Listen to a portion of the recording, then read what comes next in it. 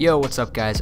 Chris Martin here, and today I just wanted to come at you with a quick voiceover over this chest and back workout. This is one that I've been doing for quite a few weeks now, really just been focusing on progressing on these exercises that you're about to see, and I really just kind of want to take a second to talk about it because I feel like I've really gained a lot from doing this workout here. So I kick off this workout with 4 sets of 6 on the flat dumbbell bench press. Now, the reason I go 6 reps, which is a pretty low rep range when you're focusing on hypertrophy, it's pretty much as low as you get for what's considered the hypertrophy borderlines, but the reason I choose 6 reps is because my chest is unbelievably easy for me to feel. It takes literally only 1 or 2 reps for me to really get that mind-muscle connection going, so I choose 6 reps, that way I can maximally overload the weight. Currently, my personal goal is I'd like to get to 3 sets of 8 with the 85-pound dumbbells with clean formed, nice technique like you're seeing here. Currently, I'm doing 4 sets of 6 with these 75s, so I'm just kind of easing my way up, adding some reps here or there, adding some sets here or there, not trying to overcomplicate the progression, but that's why I go with such a low rep range on the flat dumbbell bench press. So as you guys see here, I like to do the vertical movement up next, and that's going to be the neutral grip pull down, starting with the vertical movement rather than the horizontal because I'm really trying to bring my lats up, and this is an exercise I feel them phenomenally on. Now I do 4 sets of 10 here. I'm using 150 pounds. The reason I do 4 sets of 10 rather than 4 sets of 6 is it is really difficult for me to feel my lats. It takes almost a full set for me to feel my lats. So I like to go with 10 reps because it's still challenging. It's still kind of in that middle range of hypertrophy where I can go relatively heavy, but I do prefer going for 10 reps on lats because it helps me feel them a little bit more. If you're somebody like me who really struggles with feeling your lats, honestly I would actually recommend this to anyone, even if you have relatively developed lats and you feel them okay. Really make sure that you're getting the scapular depression portion of this movement. So you see I get a full stretch at the top of the motion right here. So I'm even letting my shoulder blades come up rather than just letting my arms come up. That way I'm getting the full range of motion. I'm getting some scapula activation.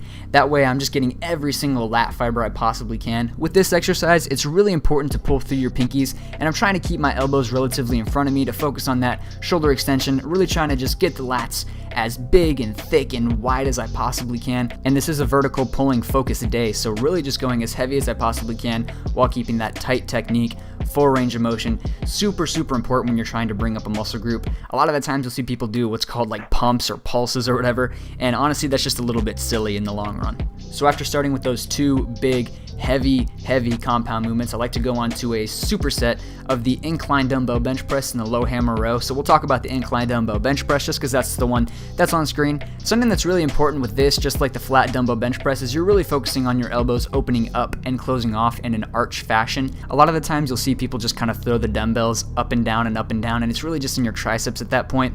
Your chest does what's called shoulder horizontal abduction, which means bringing your elbows together in a horizontal plane. So as you can see, kind of pulling them together there. And that's really going to help you get the maximal recruitment of pec fibers. Mainly the minor pec is what we're looking for here, the clavicle head. But as you can see, really still trying to push it. 4 sets of 10 here using the 60-pound dumbbells. After this, went straight onto the low hammer row.